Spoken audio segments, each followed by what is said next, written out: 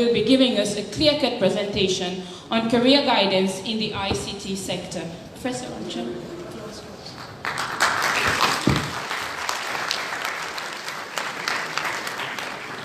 Morning, everyone. My name is Gopal. Thank you for the introduction, and thanks for Avinash for setting the stage for me. So I'm a professor of AI. I've been at Southampton for 18 years now, and I'm really happy to be here today. Really excited for you. I still remember the days when I was a high school student in Mauritius, when I had to make big decisions like you have to right now. Really exciting times, but really, really scary times as well. It's really hard to know what you want to do in the future, what's going to be the best thing to do. I was really lucky to have had some really good guidance from my relatives, my elder brothers, from people I met at school, and I kept asking for guidance and listened to their guidance. And over time I've been lucky to meet some great people abroad as well who guided me in my career, and I'm going to mention some of them here. And have made some great friends, Mauritians abroad, Mauritians here, and foreigners abroad as well, who also helped me and supported me through my career. And I'm trying to go and explain a bit what got me to where I am. That's what I was asked to talk about a bit, but also I want to still get you to have a think about where you want to go and why you want to do it. It's all great that Avinash talked about what you need to do, but I'm really interested to understand what you want to do. So if you can go to the next one. So this is my background. I already talked about it. I've got a PhD in computer science and AI. I'm a fellow of the IET. I do a number of things, so I'm not just doing research. And I got to where I am right now because I do quite a few things. So I'm going to go through that in a second.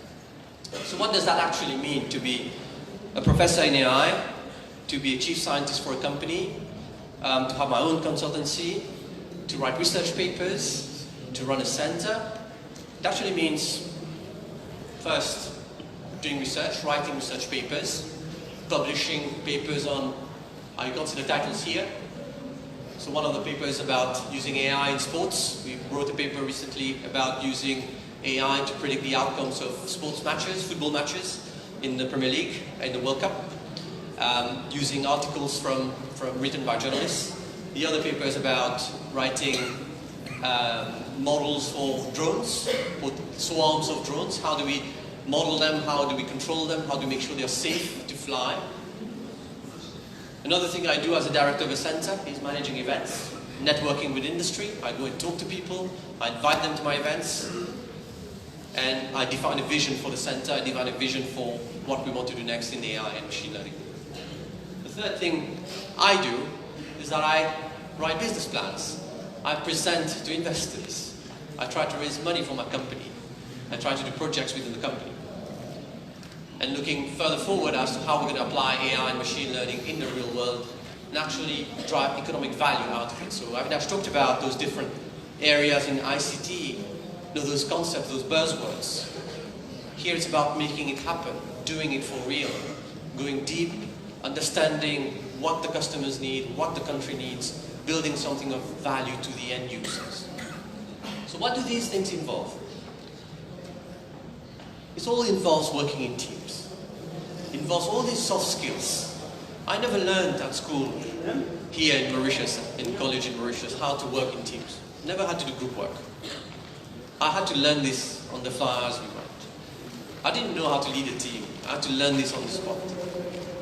I didn't know how to write a business plan. I had to learn online. I had the resources online, and it was quite hard, but we got there. So I had to manage a large team, so showing leadership skills. Understanding that, having some emotional intelligence, understanding when you talk to someone and they don't want to listen or they don't understand what you say, to try and empathize with them, try to understand their perspective, but doing the same. Listen to what they're saying to you and understand what they're trying to communicate to you. Make sure you understand the same things. These are the things that you learn over time through lots of interactions, through lots of projects. Next one. So what drives me? I want to know what drives you, but this is what drives me. I like to discover stuff. I'm a very curious person. I like to understand how things work. That's the core in me, really. It's really, really what drives me every day, to understand why do certain things work in the way they do. Why does, a computer, how does a computer compute, and ingest data? How does it decide things for us? Teamwork. I love working in teams. I love having friends around and have fun doing stuff. I still remember 2 colleagues of mine who came to do PhDs at Southampton with me. We were colleagues at Imperial College in London on the same computer science course. I invited them to come and do PhDs with me. We were competing in robotics competitions, in AI competitions. We had lots of fun, and we did amazing research, right? And I still remember this. It's not because of the papers, because we had lots of fun working till late at night, not even sleeping for 5 days sometimes, just to win a competition. And we did it, and it was really, really fun. I have a passion for technology. I like to have the latest gadgets. Over time, that passion for the latest gadget has toned down a bit because I've realized most of the innovations now, for example, having newer smartphones about the better camera, not the better capability. I like the face recognition bit, but that's about it for now in terms of innovation in the iPhone space. But I like to see, for example, when you buy the latest phone, whether it does something for you that's better than what existed before. And for example, Siri is an interesting concept, allowing you to do stuff, but it's still quite dumb in having a conversation with you. So I'm still waiting for the next big thing to happen in that space. I love competition, so I'm a very competitive person. I recognize that in me. But I was never competing with my peers in a way that I would try and undermine them. If I saw someone who was better than me at something, I'd think, I have the same abilities. We are the same human being at the end of the day, so I need to work harder on myself to be as good as them. And the last thing is laziness. Ever since I was at school, I always thought of computers doing things for me. That sort of laziness. And I was quite interested in understanding, how do we build computers that do stuff for us? That sort of laziness drove me all through, up to now, to get things fully automated in my home, or to get things fully automated in my car. I was quite interested in all these things. So some of the impacts I've had by having understanding of what motivates me include, for example, I write software that will improve how we use drones to detect diseased crops. So I write software that analyzes imagery using deep learning to identify key features in pictures, in large numbers of pictures. I write algorithms that will help emergency responders save casualties faster. So these are optimization algorithms that I write that optimize the routes that ambulances, fire brigades will take. And I teach students who will build the next Google or Facebook. Many of my students have either gone to Microsoft, to Google, to Intel, and have their own careers. I feel that I've contributed to that in some way. So the question is, what motivates you? What do you want to do? And how do you answer that question in relation to what is available to you in terms of opportunity, right?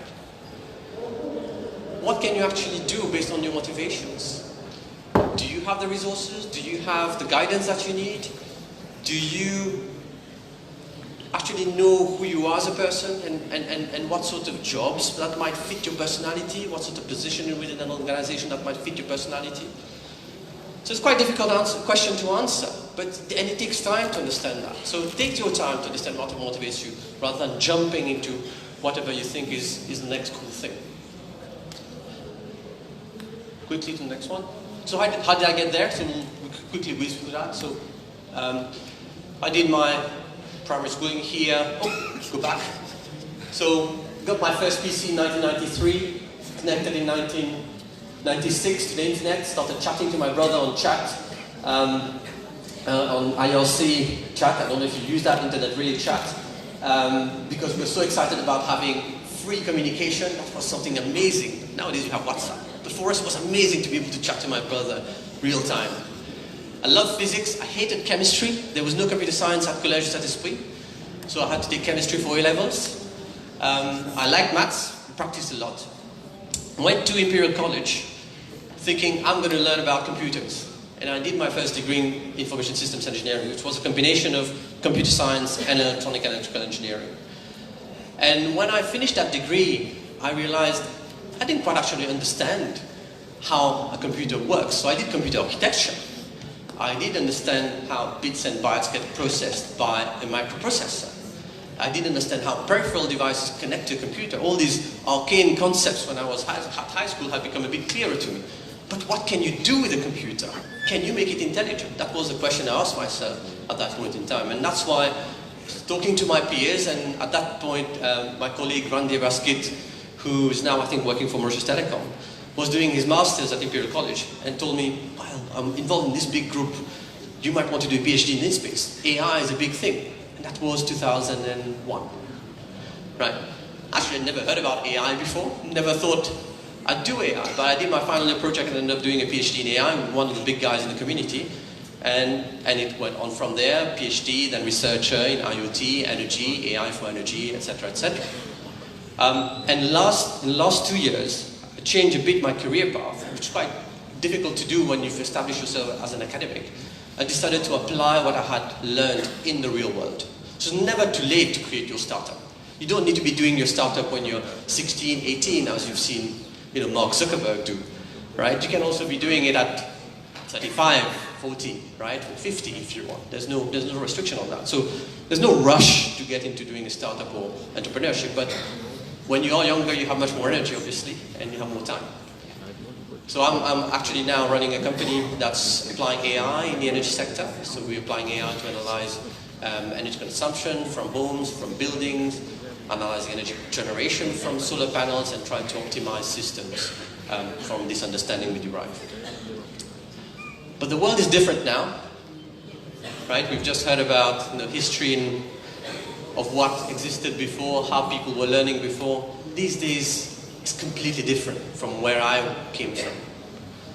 You don't have to go through the same steps I went through. It's completely different now. You have access to online courses, MIT courseware, Stanford. I don't know if you recognize these icons, but this is the MIT Open Courseware icon, where you get free learning material from MIT. You have the Stanford course as well. You have the Stanford machine learning course that you can take for free and become an expert in machine learning and deep learning for free.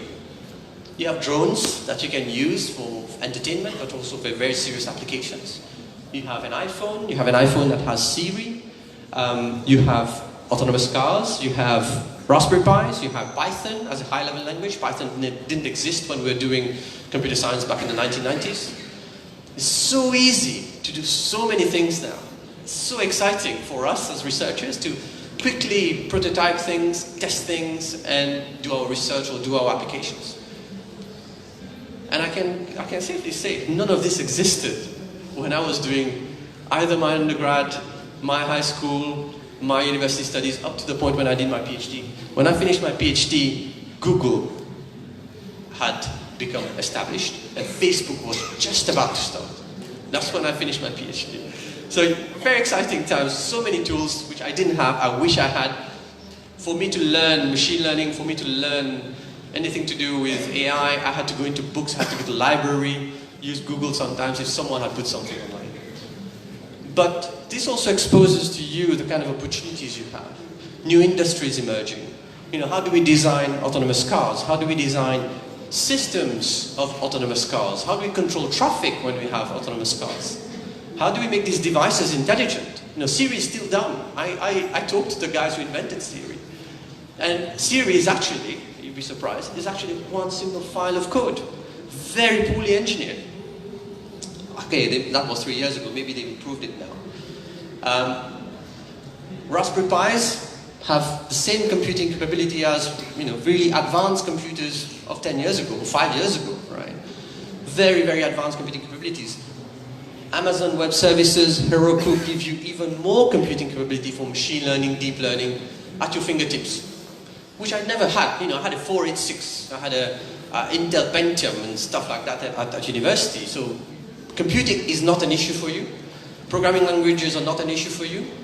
And applications are available everywhere.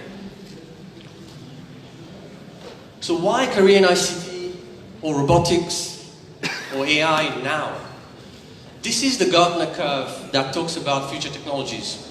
How they come about, how they go into phases of hype, what they call the hype cycle.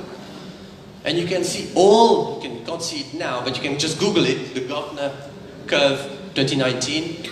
All these emerging technologies involve some element of AI, some element of ICT, of information technology or communication technologies, that will all be well established in the next 5, 10 years.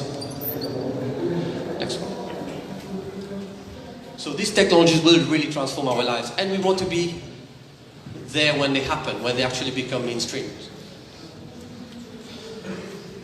Just to give you an idea why this is really important. 24 billion devices to be connected by 2020, right? That represents a huge amount of data streaming live from all these billions of devices. Represents a huge number of customers you can access to sell services, to provide services that add value to their lives. So it's a huge opportunity that we would be very stupid to miss out on. And digital disruption is already upon us. You know, AI is already in your phone, is already on your websites, is already everywhere around you. And ICT has been mostly led by wealthy countries up to now. Mauritius has really been at the forefront. I mean, I've clearly said it, and I'll give you some stats on that in a second. And everyone needs to know coding. So I go to university every day and I get an email from someone in medicine, someone in engineering, someone in biomedical sciences, someone in life sciences, asking me, can we collaborate? I've got lots of data. I'm measuring lots of things. Can we work together and do the statistics together? Can we apply machine learning? Everyone is using computing techniques now to solve their problems, as Avinash said also earlier. So even if you decide not to do a computer science degree, you'll end up working with programming languages, Python, analytics, dashboards, etc. You know, you will have to get into it, have to work with machine learning in the future. No jobs will be spared. So better get into it early on rather than being frustrated and being left back further down the line. Next one. So this is just a picture to just show you why Mauritius is leading in this sector and why it is a good place to be doing this now and in the future.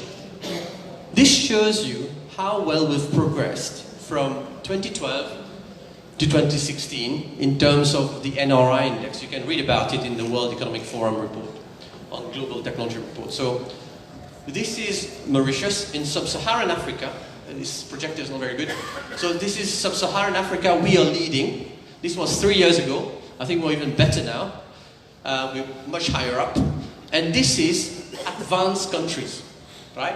If you look at, click again.